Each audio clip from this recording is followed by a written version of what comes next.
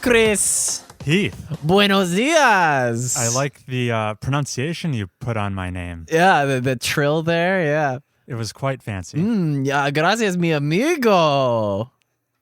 Wow. Y tú? Si, senor. Yes. How much are you following the Democratic primaries?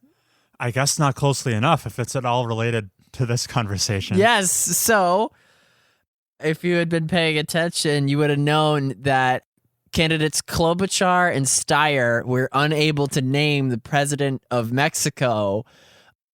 Anyway, Chris, think fast. Okay. ¿Qué videojuego desarrollado en México es tu favorito? You asked me something about my favorite. I took French. I asked, Yeah. what video game developed in Mexico is your favorite? Oh. I pronounced it really bad. I should have said like, que desarrollado. No, wait, desarrollado.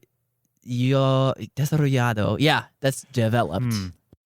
Does the developer Tequila Works, are they based in Mexico? Oh, watch him be like a Boston. Tequila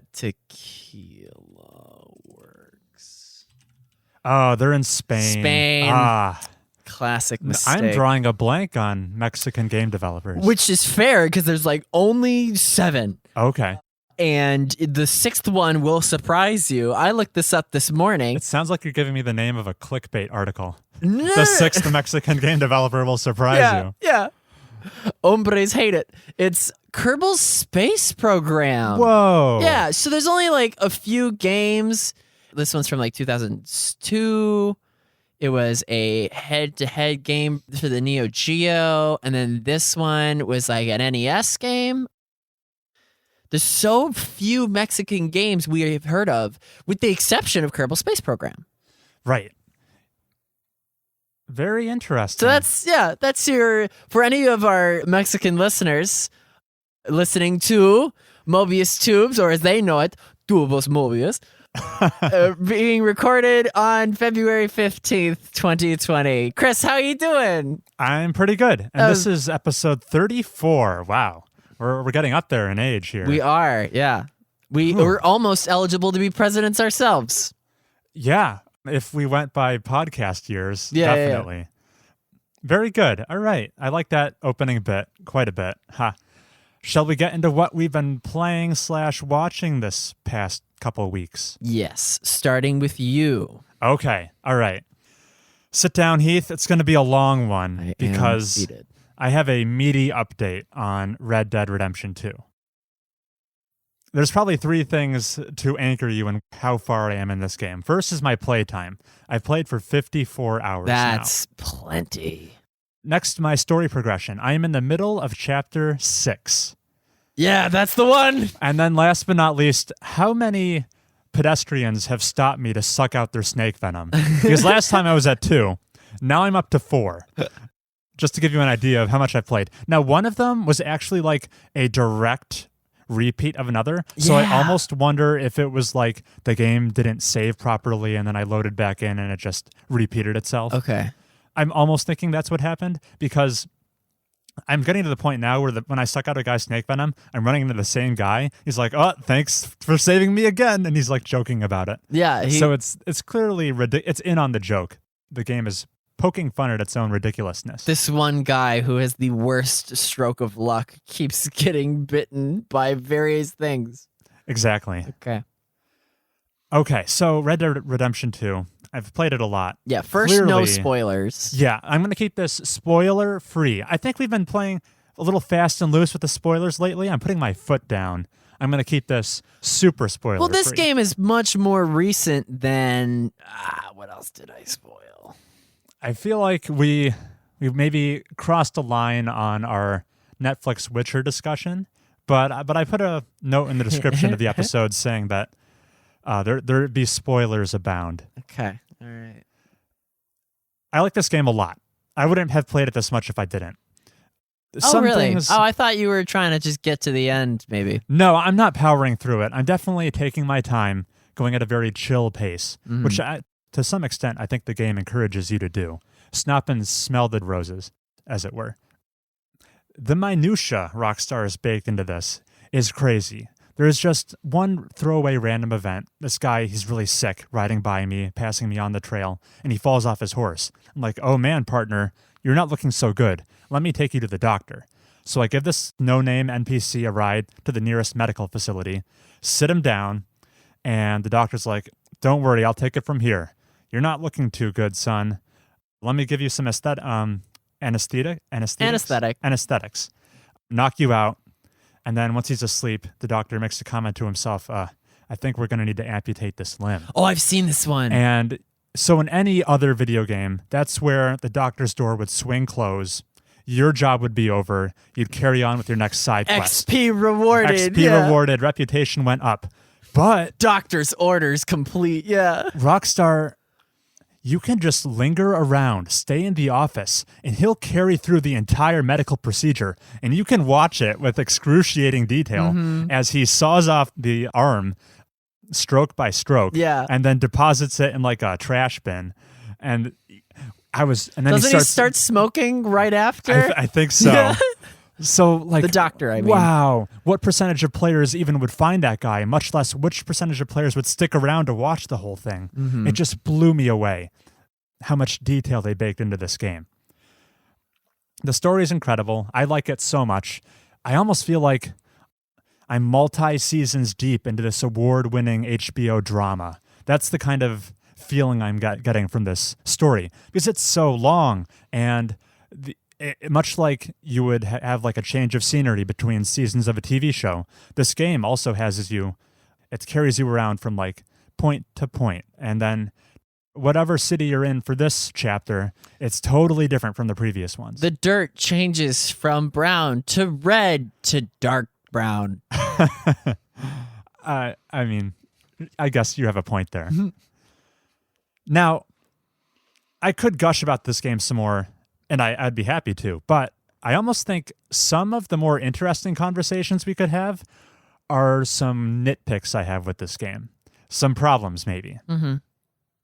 And that's the fact that I love the story, but the parts that make this a video game, I almost feel are like the weaker parts of this experience. I constantly like to draw attention to the games that, I don't think this could be adapted to a different narrative medium and it would still have the same impact. I'm talking about your BioShocks for that central twist, or your Nier Automatas. This game, I feel like it would probably be better as a TV show. You could totally adapt this to a different medium with some actual, I think, maybe tangible improvements because... Well, there's no load times in Westworld. There's no load times in Westworld. Your nitpicks are more narrative than just mechanically. Actually kind of reverse, because it's the narrative. Reverse. It's the narrative that's carrying me through it. And everything else is just kind of falling by the wayside. So like the shooting, it's totally fine. It's serviceable, but there are so many other third-person shooters that have way more innovative or polished or refined mechanics than this. This is just like pretty bare bones shooting, right?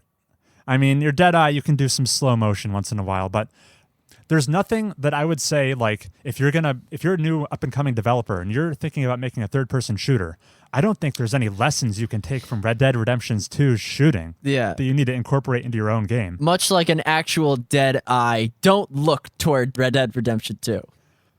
So in a big RPG like The Witcher, I accept a cool-looking side quest, and I go to do it, and... yeah, I'm interested in the story. That's great. Yeah. But I'm also going to get that Striga. I'm going to probably find some cool, rare sword I have never encountered before, which is maybe an improvement over the equipment I currently have. Or a satyr. Or I'm definitely going to have, like, most of your experience from The Witcher comes from completing quests. And yeah, you definitely want to level up frequently in that game. So that's a big incentive. And there's, like, dialogue decisions and branching narrative things that could further captivate your interest. Those are all like very video gamey incentives to keep playing. But whenever I approach a stranger in Red Dead Redemption 2, I'm kind of only in it to see what happens because I feel like the progression systems in this game are lacking. And you know how much I love them. What am I getting at here? Like, there aren't rare weapons. Every gunsmith you encounter, you can like buy all the same weapons. They're all, every carbine repeater is the same as the other carbine repeaters. You can tinker with it a little bit in the shop, give it a better rifling or something. But there's not like one-of-a-kind artifacts out there in the wild to be found, unless I'm totally missing something. Borderlands, it is not. Right. It's Destiny, not a looter shooter. It is not. It doesn't have that compelling loot chase. You're not leveling up, really. There's no skill tree to pursue, so you're not gaining experience in the traditional sense. You could say, yeah, you should do the side activities to get that sweet, sweet money. But I've kind of like run out of things to spend money on. Money is this meaningless currency to me at this point. This started to happen to me at around the middle point of chapter 3 or so, where like I've purchased all the best saddles from the stable. I've got the coolest horse. Every weapon that's available for me to purchase at the gunsmith, I've already bought it. My camp upgrades are maxed out. I'm just rolling in dough, and there's seemingly nothing to spend it on. I frequently get beard trims and haircuts just because. Yeah. Every time I encounter a beggar in the street, I just throw money at the guy because it's useless to me. So, like, getting richer is no longer an incentive for me. So, basically, when I finish a mission, I don't really have a lot to show for it except for that story, which is kind of why I'm saying maybe just cut out all the mechanics and make it a TV show. That's what I was getting at. Fair point. In fact, some missions I go on just leave me poorer, actually. Like, there'll be a bank robbery that goes awry, and it's supposed to, and now the bounty in that region that's on my head is bigger than our current take from that haul. So it was basically going on this mission and spending time on it was a net financial loss for me. Yeah. Or you rescue a lady and you did it because there was a reward involved, but you see that they're down on their luck, so you decline the reward. Right. Which should give you a little bump to your reputation, but spoiler, my reputation is maxed out at this point. I'm as honorable as you can be in this game where you commit a lot of crimes. It's because everyone who gets bit just happens to run into. They're just farming your good morality. Yeah, Arthur is very well acquainted with the taste of snake venom at this point. He can identify it like a pro. So that's where I'm at.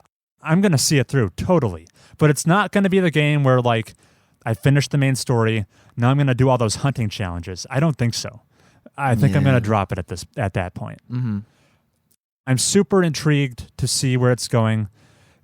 One little thing. You said you were going to be curious to hear my take on Chapter 5. And I have a spoiler-free take on Chapter 5 for you. All right. So, Chapter 5 begins. There's the splash screen. Chapter 5. Yeah. My jaw is on the ground. I cannot believe what I'm seeing. What an unforeseen direction to take the story in. Yeah. I had no idea, like, whoa, was the whole thing leading up to Chapter 5 like the prologue? Am I getting into, like, does it have a much greater scope than I had realized? And then, Chapter 5 eventually gets resolved. I had a little trouble getting invested in that part just because it felt so divorced from everything else I had been doing up to that point. All in all, felt kind of inconsequential to me, all right, so at the end of Chapter 5, people are getting reunited who haven't seen each other in a little while. And Micah makes the comment to the group, hey, don't you guys want to hear about this cool adventure we just went on?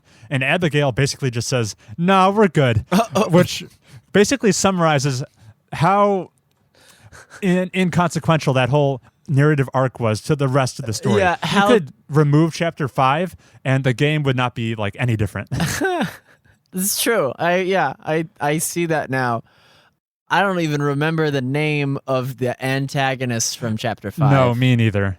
So Chapter 5, cool for the shock factor, maybe a little meaningless in the grand scheme of things. Yeah. And that's where I'm at with Red Dead Redemption 2. All right. So I'm going to leave this up to you, Heath. Okay.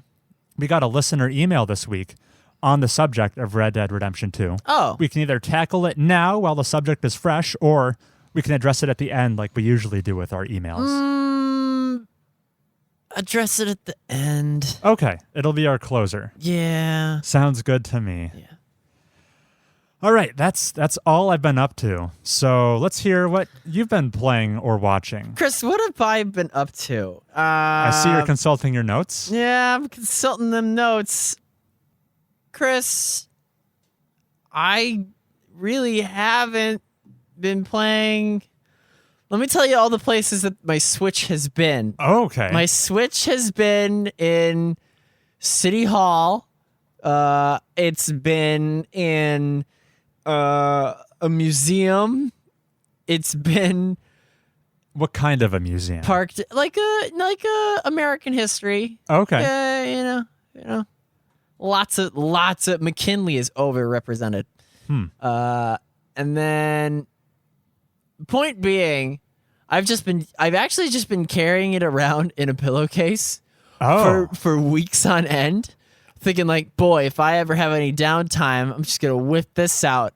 But then I didn't have any downtime. So it sounds like you had the intention of playing, but the reality did not reflect that. Yeah. I also like that you're using a pillowcase to carry it around, because I bring my audio equipment for this episode. I brought it over to your house in a pillowcase. It ought to be the most ubiquitous method of carrying things. I can get on board with that. Yeah. Pillowcases underrated. Burn as a your bag. backpacks. Burn them. Yeah. Who needs them? So how was your week? Okay. Chris, that's all I got. I don't have what ought I have played? I mean, what did I talk about last time? Last time was Dead by Daylight. Yeah. Yeah. Cool game. Upon re-listening to that, I really like hearing how kind of a unique of a multiplayer game it is. Yeah, it's pretty good. It's scratching that itch for me. I've been watching Ortsdarva, who is a YouTube man. He has a lot of really high level Dead by Daylight play. Okay. I've never seen you draw such a blank. And I installed Hearts of Iron. Okay. Yeah. What kind of download speeds were you getting? It was in New York City, so it was fine. Gotcha. On my laptop, mind you. And boy, did I have a much better time just watching a tutorial on it than actually playing it. Yeah. I got as far as trying to figure out like civilian factories versus military factories. Okay. And then I left it to the pros. So are those factories like run by civilians or army, or are they making civilians or army? I can tell you the military factories just crank out planes and trucks and stuff. Gotcha. And then the civilian factories, I'm pretty sure is the speed at which your tech is developed. Oh. Like radio broadcast and like your recon platoons and your engineering corps. That's their prerogative. Sure. All right. Well, if you don't have anything, we can move on to the news. All right. I do have a news. Awesome. Then when we come back, we will talk all sorts of cool news stuff. See you then.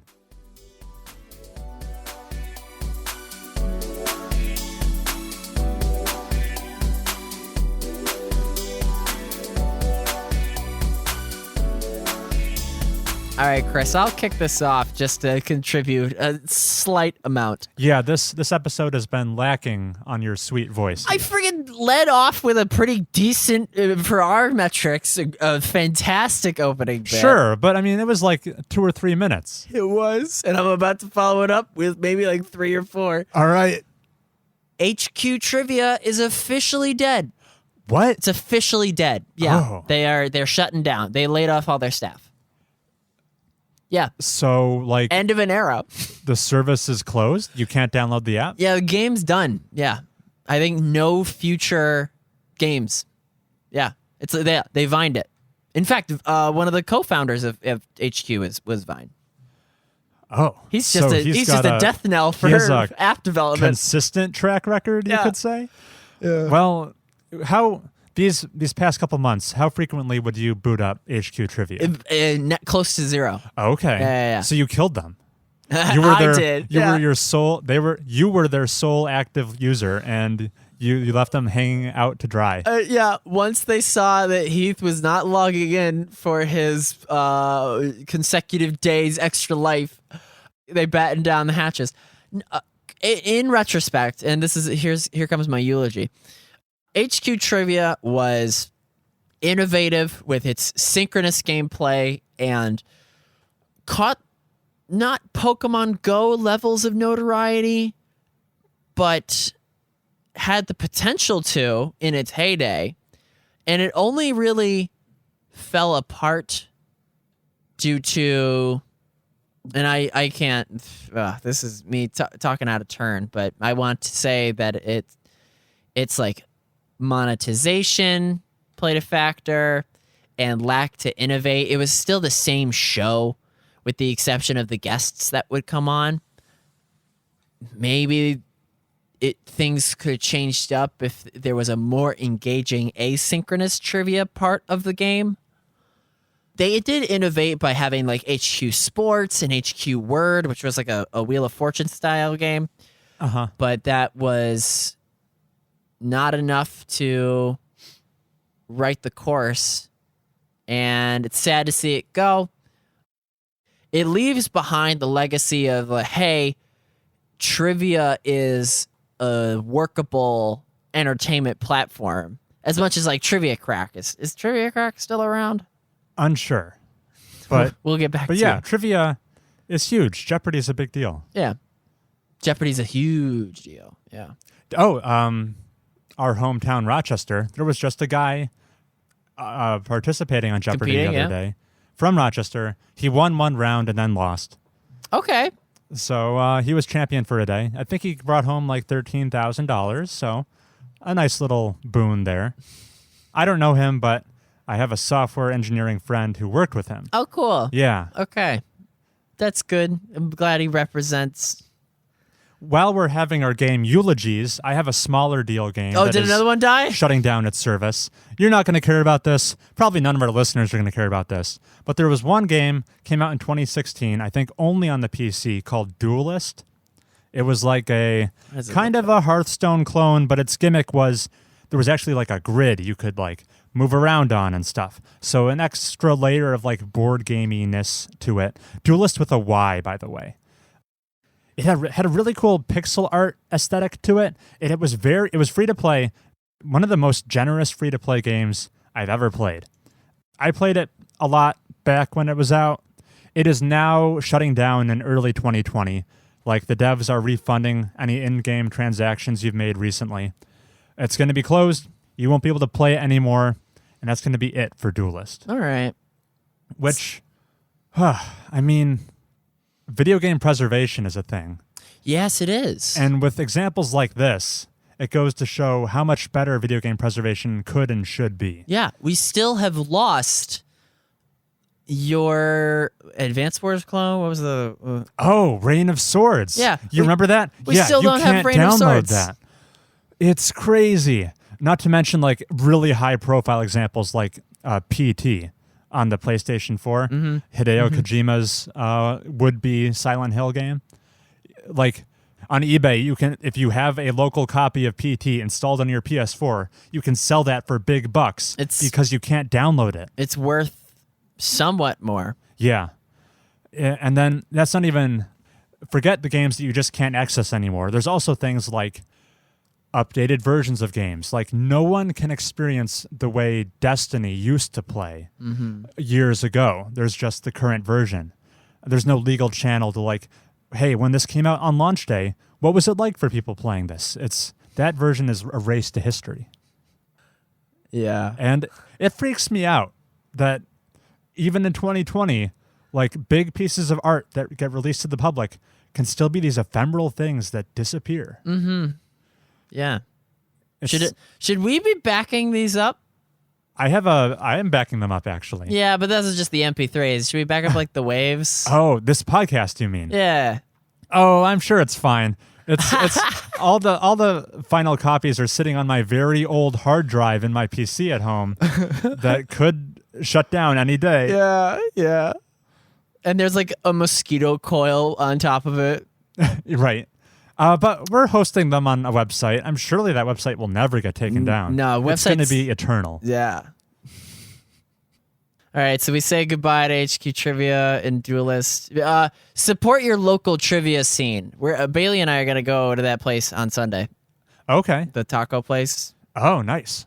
I think. What do they do? Themed trivia, or is it just anything goes? They do. I don't know, but like I took a photo of the advertisement. There's like a prize involved, and it's. Or no, wait, that's on Tuesday. The Knox has trivia on Sundays. Oh, we're gonna go there. Cocktail Lounge. Yeah, you've been there. Yeah, I haven't, but it looks cool. it's all right. Okay. Food's fine. So that was HQ. Yeah. In other news, we never talked about. Here's the news, Chris. There was once a reporting, and I have no source to back this up, unless maybe that's a source. This came out a couple days after our last episode. Fortnite makes so much money that when it dropped in revenue in 2019, Microsoft saw its total gaming revenue go down by $1 billion for that year. Can you make a sense out of that? This must be like Microsoft's shareholders' revenue report. So, okay. It's saying 2019 saw a dip in Fortnite activity, and as a result, Microsoft's gaming division, its revenue was down $1 billion compared to 2018. And the headline is making the point of not, oh, wow, they put all their eggs in one basket. It's like, wow, Fortnite makes so much money. Right. So Microsoft isn't putting any eggs in this basket. It's just that they have an eggless basket. People were putting so much into microtransactions in Fortnite, and Microsoft takes a 30% cut of every one. Just as a side effect, the revenue bloomed in 2018 when Fortnite was ubiquitous. And when it became less ubiquitous in 2019, Microsoft made less money. And this is just showing like how big of a piece of the Microsoft pie Fortnite makes up. Yeah, and Microsoft got a sliver. Right. And that sliver is worth $1 billion. Yeah, the sliver is $1 billion. Oh my God. Hence, this is why the Epic Games Store exists, because Epic Games is much like my Arthur Morgan. They have so much money, they have literally no idea what to do with it. They're just throwing it away. I mean, I am amazed, like the number of high quality games they are still giving away every 2 weeks on the Epic Games Store. I just got Did you do Ticket to Ride? Yeah, they did a cool board game one with Ticket to Ride and Carcassonne, and then Kingdom Come Deliverance, which is like a big, meaty, realistic Oh, you'd RPG. recommend that? I haven't played it, but people seem to be pretty positive on it. Okay. I wasn't super eager on it. Oh, wait, I do have a bit. Before we move on, though, I just wanted to... I heard something kind of funny that in 2018, this could be contributing to how much revenue Microsoft is making. 2018, when Fortnite was crazy popular, you know who was making bank? All of the manufacturers? Of the gaming peripheral companies that make like headsets and mics, because so many people were buying headsets and mics, presumably to get and play Fortnite with their friends. And, you know, Microsoft sells some like Microsoft branded headsets and stuff. So that could have contributed to like how much money they made because of the Fortnite bubble. Wow. Yeah. Yeah. Because when you think headsets, back in the day, weren't like Turtle Beaches the ones to get? Yeah, you were the coolest kid in middle school if you had Turtle Beaches. Yeah, but now... Get those Astros out of here. That's lost on me. I don't know what you're talking about. I think there's Astro headsets. Sure. And then Raycon, and yeah. We should get a Raycon sponsorship. Everyone's got a Raycon sponsorship. Okay. Yeah, so now, wow, they probably made a killing. That's crazy. So that was that bit. You mentioned Kingdom Come Deliverance. Yep. Yeah. So that was a game that I was thinking about getting on the Epic Games Store. Chris, this is talk about this episode might be us characterizing like end of an era kind of things. Okay. What with HQ being gone, and now my Epic Games library is larger than my Steam library. Whoa. Something you could never say. That is correct. Beside the fact that your Epic Games library is 0. My Epic, I dip in because of the buy the free games and then never install them. Just in case I ever like have a change of heart and I want to play things on the Epic Game Store, I won't have that FOMO for missing out all these years. Your FOMO is too strong. I'm just hedging my bets. Yeah. Your FOMO is stronger than your hatred for Tim Sweeney. Right. Tim Sweeney, you still need to win me over. Yeah. But I'm considering it. All right. So to put this into perspective, my Steam library is smaller than average, would you say? That's a tough question to categorize. What's your number of titles at? I have 36 games on Steam. Very exclusive list there. Well, yeah, because I'm not going to buy friggin' Doki Doki Fart Sniffer. You probably have never made a Humble Bundle purchase. No. Well, today could be your lucky day, Heath. If you want to pay the low price of $13. Because Valentine's. There's a bundle out there with Frostpunk in it. And you get a bunch of other cool stuff with it. Nothing would warm my heart more than the icy grip of Frostpunk. Yo, oh man, wait, I want to save that for, now I just thought of a bit where Cyberpunk comes out in September. And then it's like, hey, Chris, you ready to talk about that punk game we've always wanted to mention? Oh, that would be so 3, good. 3, 2, 1, and you say Cyber and I say Frost. Yeah. All right. Well, that's in the works. Look forward to that 5 months from now, listeners. Yeah. Gosh. Actually, like 6 or 7 months. I forgot how far the delay was for Cyberpunk in mid-bit. Substantial. Yeah. So my Steam library is 36 games. What does that come out to? Almost 1,400 hours, which is wait. sufficient. So, you said how many hours? Look on the screen. It's like 1390 when I calculated 1390. And that's probably before Dead by Daylight.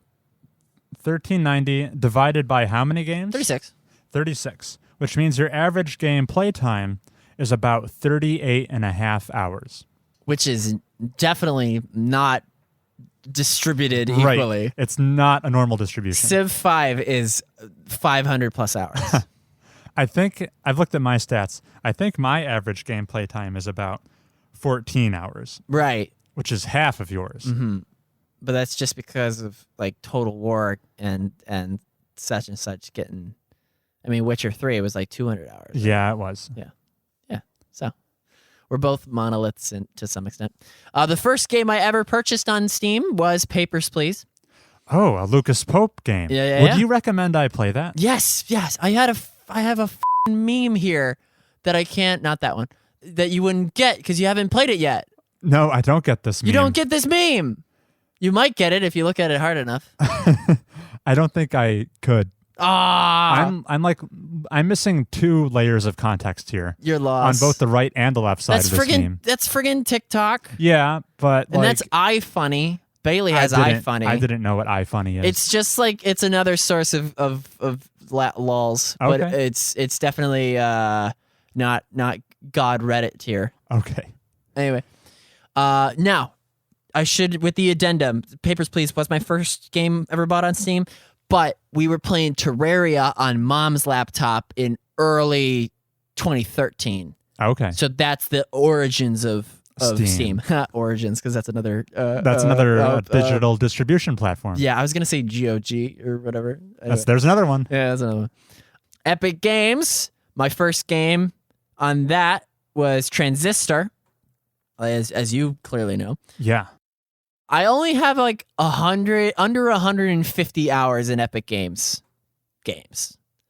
And I'm not trying to inflate my library, but definitely I think there's some stinkers in my Epic Games library. I'm not trying to say that like it exceeds my Steam library, but not for the wrong reasons. Like I'm not like the stinkiest thing in here is probably this snowboarding game I got in case Seth wanted to play it. Okay. But yeah, there's like some quality titles in here. Definitely, especially that Arkham Knight. No, that was also stinky.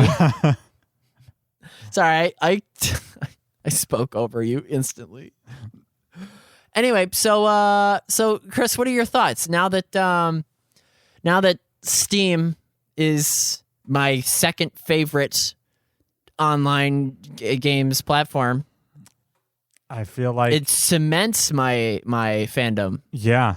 Well, I feel like you have no loyalty and you're a traitor and this friendship is over. Yeah.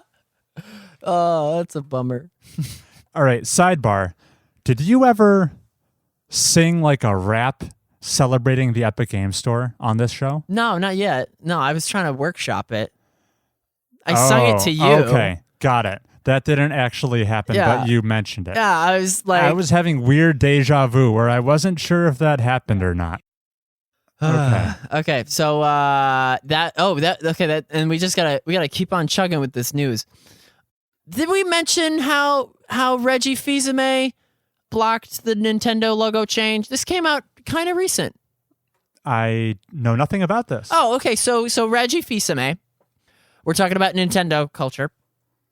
Nintendo thought they wanted to make a brand change from the family-friendly, like G-rated, like because they kept getting picked on.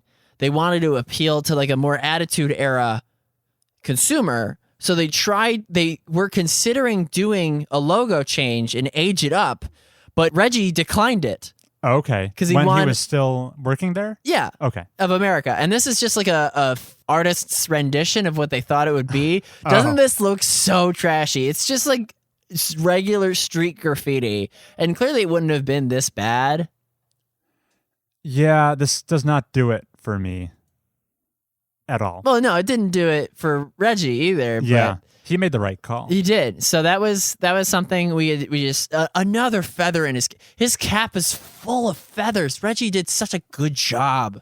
Yeah. Even though he kind of like also inflates how much he was like a mother to the Wii and got it off the ground and stuff, and it's like, it wasn't. He's not Mr. Wii. Did you hear what he's doing these days? Is he just like business talking?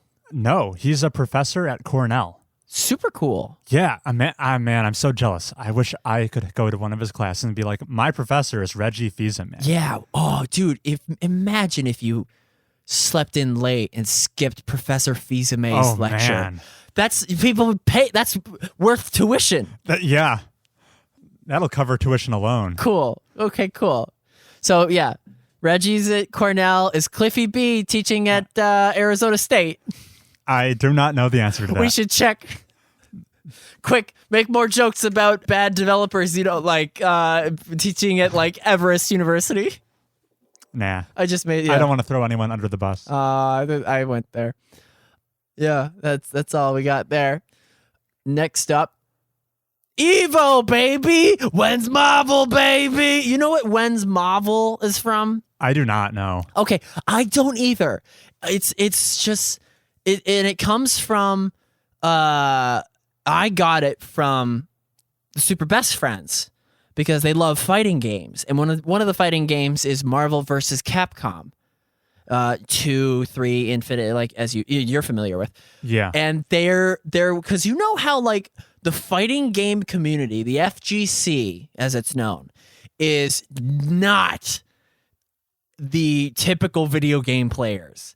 These are some straight thuggin' guys and girls, and they have some attitude and charisma that you are not going to find among the Animal Crossing community. Let me tell you. So, as soon as Marvel vs. Capcom 2 got announced for this year's Evo lineup, that's a joke. Don't pay attention to that. Okay. My eyes are wandering. Yeah. The community just went, it brought back this When's Mahvel slogan, and no one listening to this show is going to know the origins of that, but I'm so curious because it's just like there's not enough research into, I mean, there was a Smash documentary, and there's like the one thing where Daigo perfectly parried a such and such, and that's like a famous clip, but really, we gotta dig down into the history of When's Mahvel, baby. Mahvel spelled Mahvel.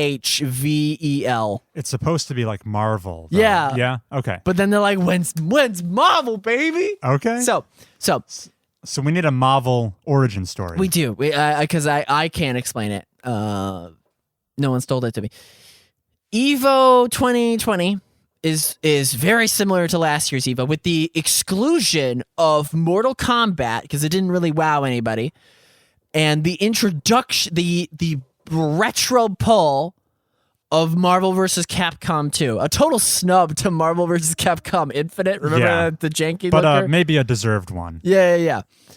Marvel vs. Capcom 2 is the video game soundtrack to which I am most familiar. If we did a hypothetical game in which you played for me 1 second of a song and asked me to identify whether or not it was in the soundtrack or not in the Marvel 2 soundtrack, I would be 100% high marks. Wow. It is more than Undertale, close second is Sonic Mania. Okay. But I got Marvel. You don't even know what Marvel 2 sounds like. I have no idea. You don't even know. This is all very surprising to me. Take you for a ride. It's jazz. This is the character select screen. Wow. So it's jazz. It's not beep boop McGee. No. But Bailey still doesn't like it. Anyway, I have to go to the bathroom.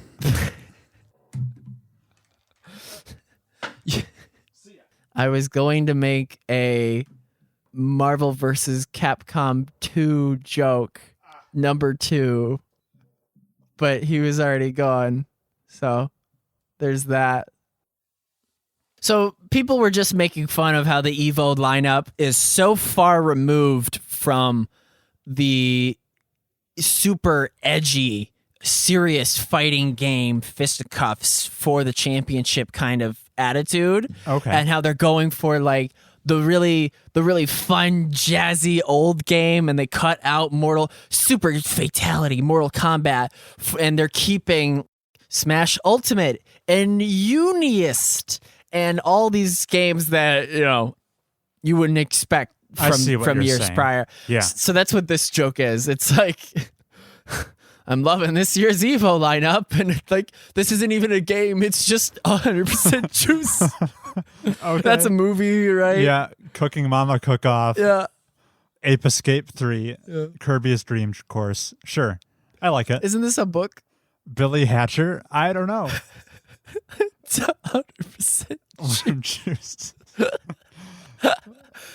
Yeah. Anyway, that was Evo. What else is on the news? Well, okay. Did you? This guy has taken us by storm. This freaking bank robber guy, and this is just like internet culture in general. Must be a Chan of some sort, right? Yeah, I think so. I want to cover this because it is video game related. I just got released from prison. 4 years, I robbed a bank and pled guilty, aggravated assault. He could have been 20 years. Now what do? Drive a truck? And it's like, here's what you do. Start a YouTube channel. For your very first video, sit in front of a high-quality camera and make sure it looks real, and put the title, Real Bank Robber Critiques GTA 5 Bank Heist Mission. You're going to commentate over the game and add commentary that's like, yeah, that's realistic. They did have alarms like that. Pause the cutscenes every now and then and say some shit like, back when I hit the bank, the cops were on us so much quicker than this. I'm not sure how accurate it is. The next video is going to be you critiquing similar scenes from other games and movies. You'll do a Q&A after that about your prison life.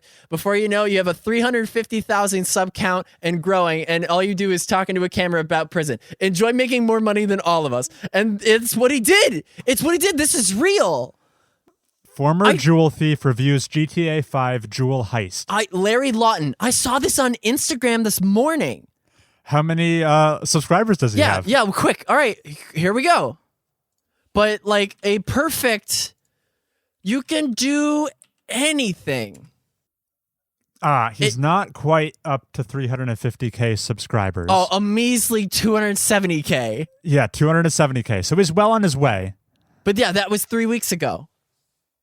When internet jokes are actually great career advice. Yeah. Yeah, isn't that huge? Even if this is a lie, I don't want you to tell me. It's such a good story. Okay, we'll leave you in the dark on that one. Please do. Yeah, I love being in the dark. That's everything Heath has. Surely I thought you'd have some commentary on the coronavirus affecting the sales or the development of the Switch port of Outer Worlds. Oh, well, we talked about that last time, right? No, we didn't. Oh, you just texted me it. You texted it to me. I did? Yeah. Oh, man, that was so long ago. Yes, so coronavirus, and there's another casualty of coronavirus. Oh. The freaking Harley Quinn movie. Okay. It's not making back its budget. A coworker told me this. Is it currently out in theaters? Yes. And people aren't going to see it because of the disease? In Asian markets. Markets. Yeah. Chinese movie ticket sales are significantly below projected numbers. Okay. Because of Corona. Right. And then Outer Worlds, the Obsidian game. Yes. Going to release a Switch version in the coming months, but I believe the company was telling employees not to come to the office because of the coronavirus, which will push back the game's Switch release date. Yeah. So huge. Things that you wouldn't expect. Our industry is just rife with people who don't cover their mouths when they cough. What could be interesting is, will this affect the release date of next generation consoles? No. Because those are being manufactured in Asia. Probably, if not as we speak, pretty soon. And if this gets worse or just stays as bad as it is, that could have pretty big effects. All right. I'm gonna make a bet that it's not going to slow the next gen train down. Okay. Because the ball's already been rolling. Gotcha. Yeah. So you say you think it might. I say no way. It would be hard to know. The only way we would know for sure they get delayed is like if they don't release this year, because maybe they're like on track to release in October right now in the like high level plan. Yeah. But then they actually we just hear the release date is November when they finally announce the release date, and we're none the wiser. That would be hard to know. Obviously, they are targeting this year though, so next year would be a dead giveaway that something went awry. Yeah. Yeah. So I'm not confident enough to bet on this. So don't sucker me into any plans of yours. I was going to say loser has to be inoculated with coronavirus. Oh, geez. Yeah. I'm not signing up for that. That's not funny. Nope. France reported like the first non-Asian death. Anyway, it's getting rough out there. Definitely. That was the news. Outer Worlds. That's the end of the news. What's our time recording? Under an hour. Okay. Well, we could take a break and then return with the email section, of course. Yeah, we ought to do that. We'll see you then.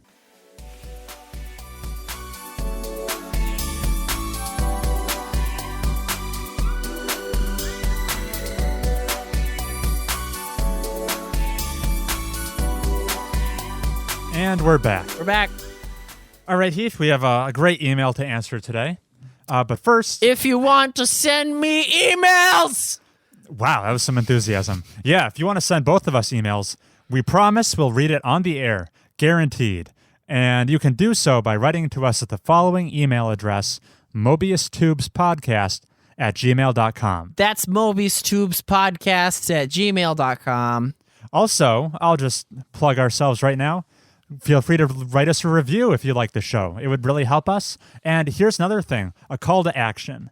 I bet a lot of you play video games. I bet some of your friends play video games. I try to. Yeah, sometimes we even play video games on this very show. Mm-hmm. I bet there's someone, a friend of yours, an acquaintance, a coworker, that you think you have a sneaking suspicion they just might like listening to the show. If you'd be so kind, maybe pick out your favorite episode, just slap it on their inbox, send them an email, say, hey, you might like this. It would really go a long way to helping us grow the show. Send them an episode from the early teens, or was 23 a good one? I think so. Just go by the episode titles. I loved last episode's episode title. Yeah. It was pretty good. I thought it was, yeah. Yeah. There's no short. Send each of your friends an episode. Yeah. Send them episode 3 and then your favorite and be like, look at how much better they got. Yeah. Okay. So without further ado, we got an email in from a gentleman named Thomas this week. Hey, Thomas. He starts, "Hey, tubers." Wow. I kind of like, what do you think of tubers? Oh, as we're the tubers, presumably? Wait, I thought that our fans would be called tubers. I guess that's kind of up to us to decide. Are we the tubers, or is our audience the tubers? Tubers potatoes and yams? Oh, I don't know about that. Yeah, that's what you call like an underground vegetable, a tuber. Really? Well, when we launch Mobius Tubes Phase 2, I know what our new logo is going to be. It's just going to be a rutabaga? Yeah. What does Thomas have to say? All right. Thomas says, "I know Chris is playing Red Dead Redemption 2 right now, and I thought this would be a good time to unload a rant. This game got ridiculous reviews, 97% average." I think he's referencing like Metacritic and OpenCritic. Yeah. "But it's got a boatload of problems. I'd give it a 7 out of 10. Is that the boat from Chapter 5? Could be. He says, "I'd give it a 7 out of 10. Fair. To be clear, it is beautiful, and the story starts off feeling as high quality as an HBO series, even if it eventually drags. But the whole atmosphere, the whole gameplay is about this slow, methodical cowboy life. That's why you're forced to slowly meander around camp at a pace slower than my dead grandma." Oh my God, yeah. That it is very slow. And, sorry for your loss, by the way. Yeah. But if he's bringing it up, I think he maybe has had time to process it. And back to his email. "And all the storytelling fits this gritty, regretful tone as Arthur struggles with how he might cause suffering. So, Oh yeah. why then does most of the game involve shooting 30 dudes at a time? Every big set-piece mission is a task of piling up dozens of bodies, completely destroying the realistic atmosphere. Real cowboys did not pop a cap in 10 asses before breakfast." He goes on to say, "I've heard it called ludonarrative dissonance, meaning the gameplay and the story aren't working together as they set different tones. And it's a huge flaw here, as they truly are pulling in different directions, with a dumb arcade shooting section and a slow, thoughtful story. A 97% reviewed game should have the gameplay and the story building upon one another to make a sum greater than its parts. What are your thoughts? P.S. Also, if this gets read, I'd like to plug my mobile game coming out in a couple months called Flappy Blocks. Oh, cool. Cheers, Thomas." Oh, he's got to watch out for... Oh, he doesn't have to watch out because Flappy Bird's creator unceremoniously just like left it, right? Because I was worried like, oh, that sounds very similar to Flappy This is Blocks. like an old news story, right? Yeah, like Nguyen something. Yeah, I was going to make the joke of like, oh, Flappy Blocks, you got to watch out for the Flappy Bird camp. But then he like unceremoniously left. I think I remember hearing about that. Of Something Flappy like Bird. there was a lot of stress getting to him about the game's kind of unexpected success. Yeah, so Flappy Blocks is just ripe for the taking because there's no like copyright infringement because he just walked away from it. Yeah, Thomas should be in the clear. That's smart. Okay. He said a lot. Okay, so Thomas knows, he's smart. He knows what he's doing. Thomas knows exactly what he's talking about. Yeah. Except 7 out of 10, Thomas, that's kind of low, I think. Giving Red Dead a 7 out of 10. For me, it's in the 8.5 to 9 range, personally. Just going by the Chris scale. Yeah, I mean, Death Stranding is also the kind of game where it's a lot of 9s and a lot of 7s, and both of them are right. But obviously the reason Red Dead 2 got such high marks is because of the namesake and the Rockstar polish, and got to get that money. We can start off with, how did it get 97% on Metacritic or something? And you're right. It definitely does not make sense how many people you are killing. There's no way you could possibly rationalize that. However, Heath, you and I, we've played a good amount of video games. How much does that stand out to you when you're racking up such a high body count. Does that seem super out of place to you? Or are you kind of like suspending your disbelief and going along with the ride? No, I guess I am suspending my disbelief, even though I don't disbelieve it as hard. Because there are definitely, like, the Murphy gang. Yeah. You met them. Those guys are freaky. Yeah. I believe that there would be as many as the game spawns. Okay. Because they're like a bunch of inbred hooligans. Sure.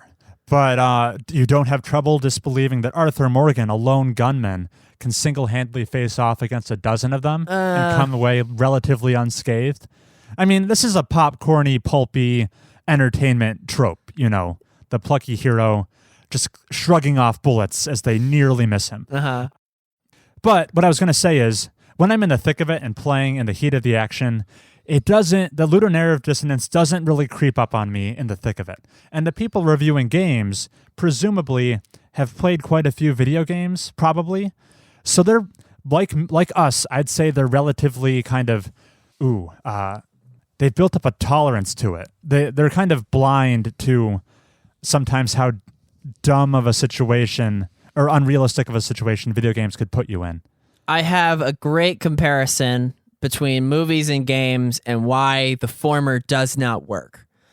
You can't put your hero up against 50 guys and walk away unscathed, because that just wouldn't make sense as you see it. Yes. Like the Matrix 2, when he's fighting Agent Smith and there's like 50 of them and they dogpile and whatnot. It wouldn't make sense in real life, which is why it's in the simulation. The reason it works in games is because I'm controlling the pace of the action. So I can easily project how it would make more sense had I been more methodical, more patient, how Arthur might have actually done it, actually made use of like cover and stuff. But because I'm playing and I'm in hour 50 and I got to get to those credits so I can talk to you, I'm playing in a way that is it's more arcadey, but that's my choice. So I'm easily able to excuse the ludonarrative dissonance because it's not how the game was meant to be played.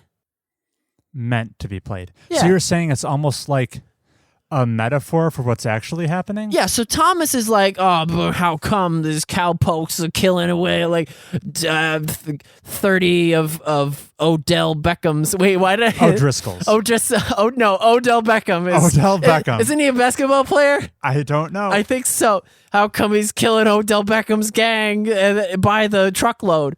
And it's like, well, you know, part of it is the game trying to pump energy into the scene, but also it's partly who's behind the wheel.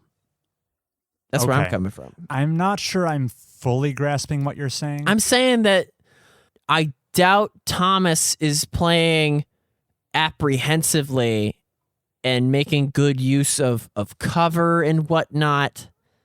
Just because Arthur's behind cover and he kills 30 guys versus being out in the open and killing 30 guys doesn't really do a lot to suspend my disbelief. No, it makes perfect sense. Remember the hot air balloon mission. Yeah, that was cool. Okay.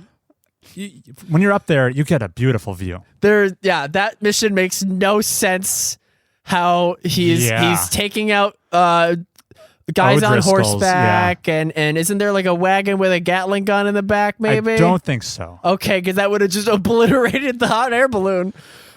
So okay, all right. So I'll concede the ludonarrative dissonance can get pretty rough. And I think there's some pretty solid examples you can point to other than the killing. For example, money. Dutch is constantly saying, "Oh, if only we had more money." So we can just escape this land and go to Tahiti. Meanwhile, my Arthur is living the most opulent lifestyle imaginable. With cash. I have way too much money just giving it away on the streets. So, I'm ready to pick up and leave camp whenever you are, Dutch, but that wouldn't suit the story, really. Yeah. It's just because I've undertaken so many, side activities that I'm flush with cash, but the game's narrative doesn't necessarily know about that. so it can't account for it.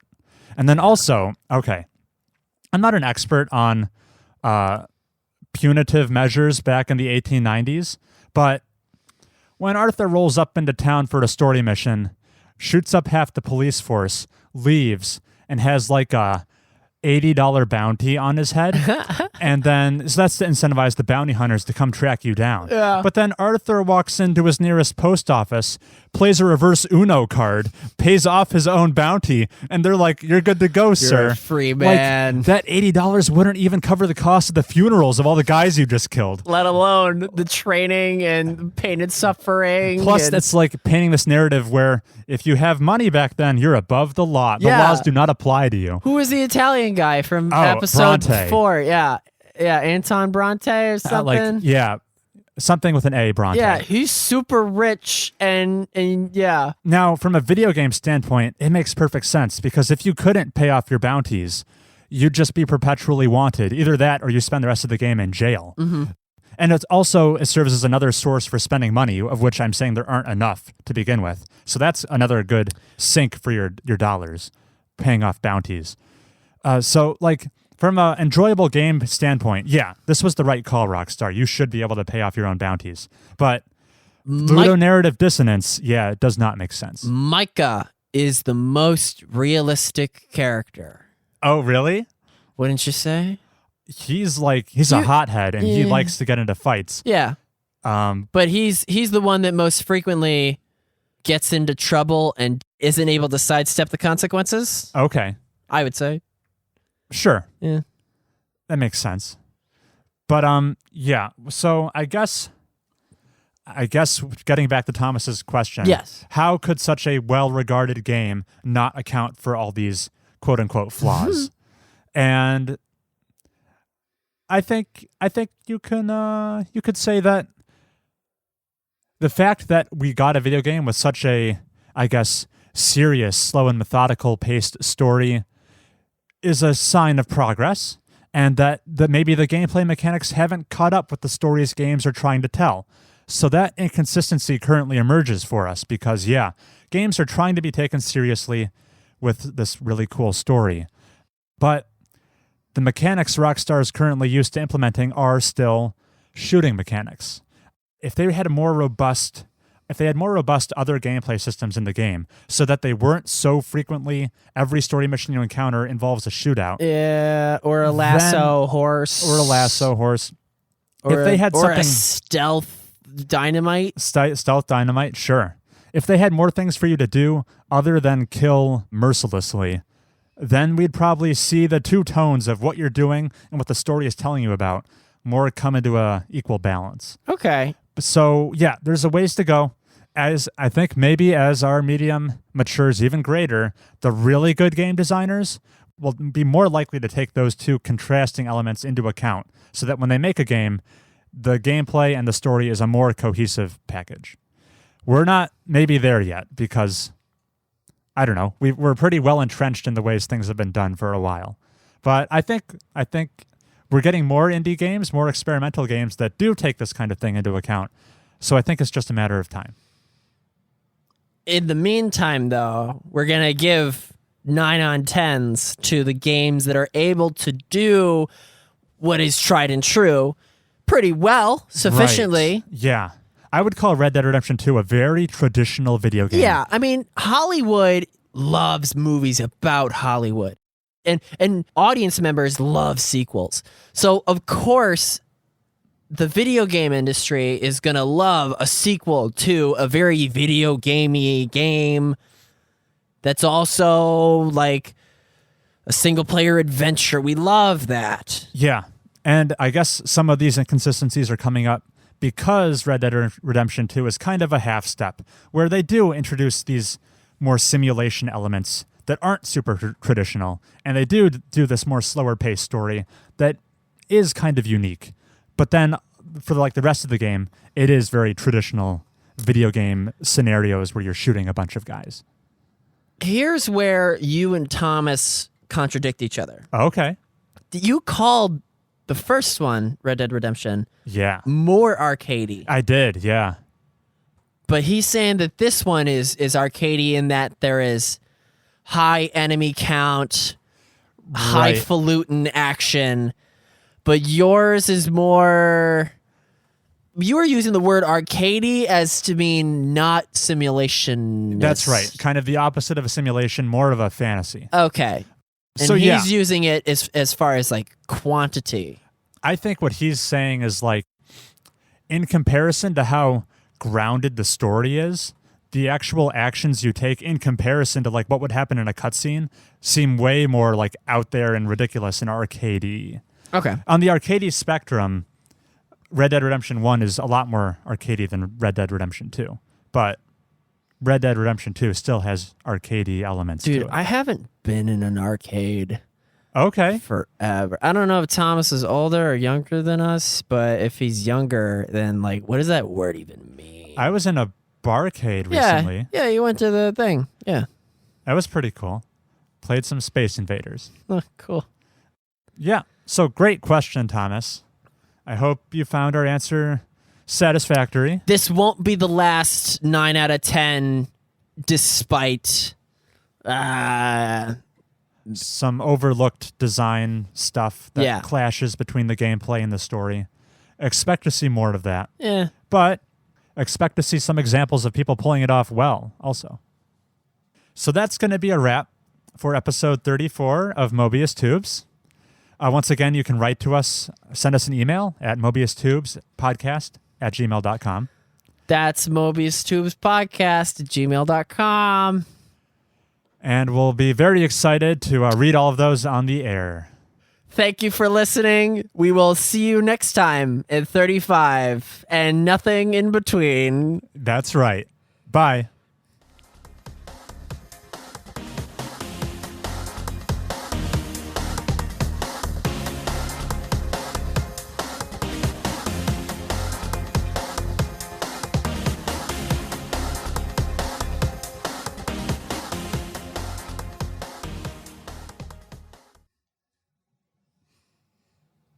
And yet here we are. Hi, Heath. Hi, Chris. Why are we relegating the cardboard corner to this like Fight Club level of don't acknowledge? It's not called the cardboard foyer. It's not very welcoming. It's a corner. It's like way over there. It's kind of dark, a little wet, but yeah, I mean, I like having it being the secret segment. All right. Let's stand up. Do you have a cool sound effect as we I'm walk going over? to pipe in. Well, here, why don't you? I'm gonna do some steps right now. Oh, did you hear those steps? Yeah, loud thuds. Yeah, very audible. All right, I'm leaving. I'm going in the corner. Me too. And in the cardboard corner. Da da da da da da da. Okay, I got some good feedback on the first debut of Cardboard Corner. Mm-hmm. He said, this was a friend of ours. He who- said, I imagined a cardboard king when you said he said. And I this was is like, a frequent game night attendee of ours who Okay. said he was well acquainted with Cosmic Encounter, but he thought we didn't do a great job opening the segment, explaining what it is to someone who had never heard of it before. well, that's why I was like, what does it even look like toward the end of it? Sure. So let's front load that kind of stuff for going forward. This time we're talking about a board game called The Resistance, sometimes also called The Resistance Avalon, depending on which edition No you one's get. called it that. It's just either Resistance or Avalon. Oh, okay. Sorry. Yeah. I'm pretty sure if you look it up online, it's like The Resistance : Avalon. Okay, but if you look up, that's like me saying, you ever play The Wild Hunt? You'd be like, no, you mean The Witcher 3 Wild Hunt. And I'm like, I've seen it called The Wild Hunt. And you'd be like, no. All right. That's a I don't know if perfect that comparison. works because you're like saying it. You're saying The Resistance Avalon should just be called what's following the colon, while The Witcher 3 is usually called what's before the colon. Oh my God, you're going to make me look up. You're going to make me. Rogue One. It's called Rogue One. All right, we can drop this point now that you have a good example. Not Star Wars, the Rogue One. I'm leaving into the corner. Okay, we're in the corner. The Resistance is a party social deduction game. You're going to want a pretty big group of people to play this. It supports 5 to 10 players. And depending on which edition you get, you either take on the role of a dystopian subterfuge group trying to overthrow an oppressive government, or a Lords of Camelot, Knights of the Round Table, medieval times. Right, with like King Arthur and Merlin in it. We're just going to talk about the sci-fi one because that's the one we have more experience with. That's the one I was first exposed to. Gotcha. So players will sit down at the table at the beginning of the game. Cards will be dealt out secretly so that you know what your role is in the game. You're either a spy or a good guy. Right, a spy or a good guy. And you know who you are, but no one else does.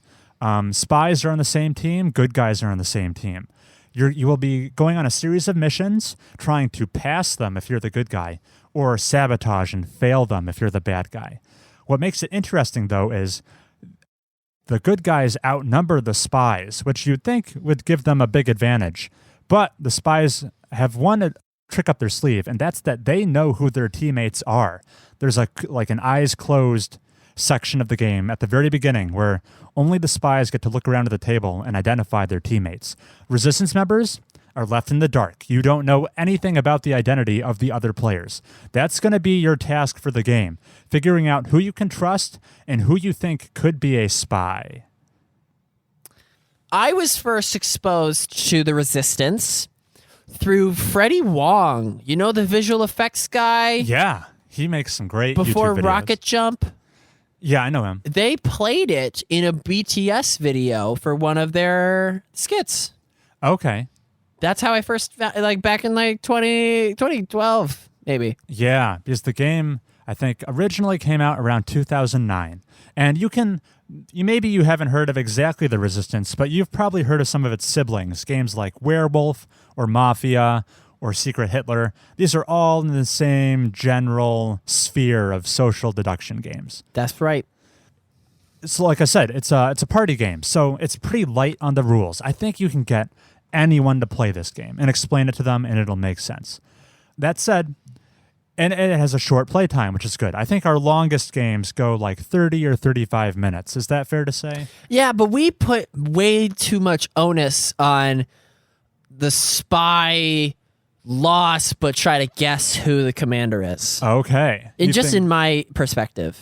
Okay, so we have a slightly wonky play style here, but it's a short, you gotta explain who the commander is. Yeah, so there are some optional modules you can add to the game that I think bring it up to a next level where it's much more interesting. That being one member of the Resistance. This is the good decided guys. Randomly. Yeah, the good guys.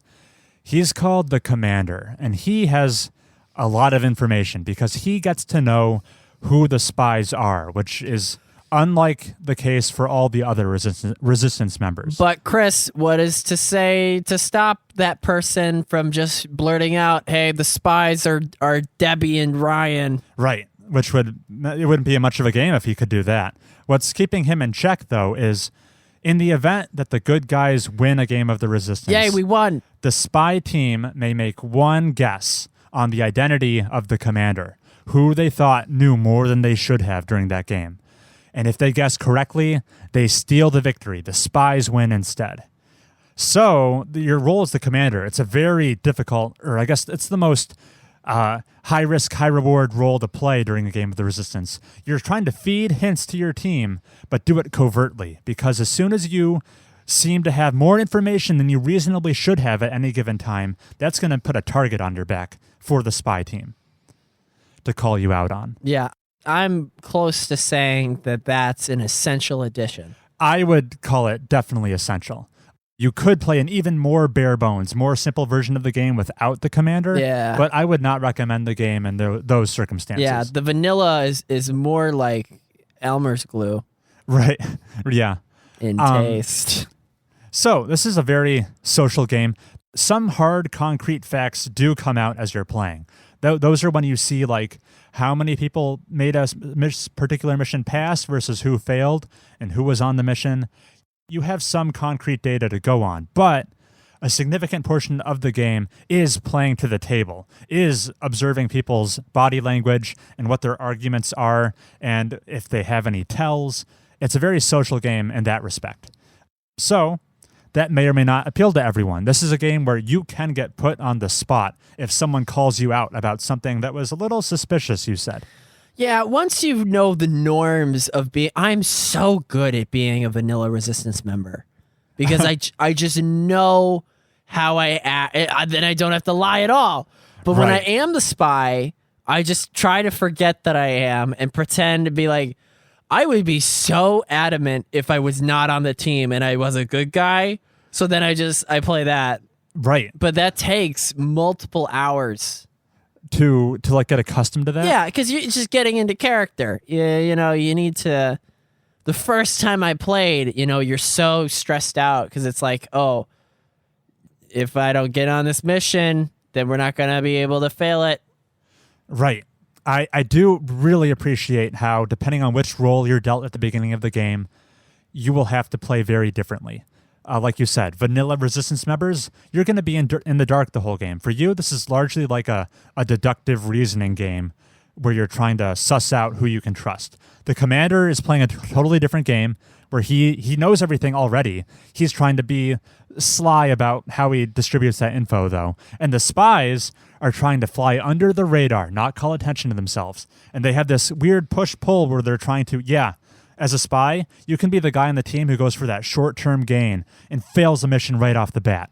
Or you could be a little more patient, try to become a sleeper agent, do things that are very in line with the Resistance agenda, build up your trust at the table, and then get them once you're already in their once you have already ingratiated yourself in their good graces, and that all suspicion, you've been cleared of all suspicion, and that's when you strike. We talk about mains and alts in video games. Okay, right? like you're the main character you like to play in a fighting game. Yeah, I'm a Captain Falcon main. Yeah, I'm a Martha Ike main. Yeah, and you got a Joker alt. A Joker alt, yeah. Maybe. You're a King DDD alt. I am a King DDD alt. In Resistance, I am I would say like just plain old Resistance member main. That's your main? / commander main. Gotcha. I don't like being the spy as much. Okay. In contrast, I think I'm definitely the spy main. Uh-huh. Yeah, I feel like that's the role I've most commonly fallen into / become most accustomed to. Yeah, and you're a pretty sleepy spy, aren't you? Not the sleepiest, but yeah, I do We know some sleepy spies, We know some very sleepy spies who refuse to fail missions. Mm-hmm. It's pretty ridiculous, actually. Mm-hmm. But yeah, this is a game we have easily played it over 100 times. I think so, yeah. There was a period of time where I would log the number of times we'd play it. I think it was like in the low 70s when we left off, and that was years ago. Mm-hmm. So we've easily cleared 100. Mm-hmm. It's a game I super enjoy. It got so much mileage out of it. There are other modules you can add to it. One we really like is called the Reverser, but we don't need to get into that right now. Yeah, the only reason it might have lost its luster is because the group, there's a bell curve of it's not super duper fun because like it's your first time playing, and then it is super duper fun in which like everyone's kind of familiar with it. But now that we're all like so familiar with it that we can recognize each other's tells, right? And it's more just like a simulation of a game. The meta has been so well established. Yeah. That it's tough to stray from it. You can get back to that bell curve peak if you with some new blood. Yes, if you introduce the game to a new group full of people with their own different personalities, and they get out of their own ravine of the complete newbiness. Yeah, it's a game I like a lot. I would recommend it to most people. Really, don't sleep on it. Don't sleep on it. Like a spy. It's fairly inexpensive. Here's what I would say though: it plays 5 to 10 players. I personally like it the most in the 6 or 7 range because I feel like 5 is just too few. There's not enough secrets, identities at the table. And then 9 and 10 players, it's almost too chaotic. There's a shout match. Yeah. Yeah, there's a shout match. There's too much potential unknown information to have a good you deductive need an Excel process. spreadsheet. Yeah. So 6, 7, or 8 is 7. the sweet. Yeah, probably 7 is the sweet Because spot. 6 is like 2 spies, right? It is. That's too few. Personally, I like it with 6, but 7 is probably the best. 7's the best. If you have 8 friends, decide which one you don't like. Oh. No, 8 player would work. resistance is Yeah, fine. 8 is fine. 9 is pushing the envelope. Cut Debbie out. All right. Wonderful. Shall we step out the box? Yeah, it's a little humid in Musty. here now. Let's. Some of this cardboard doesn't seem super stable anymore. Let's go. All right. I'll see you next time, Heath. Bye, Chris.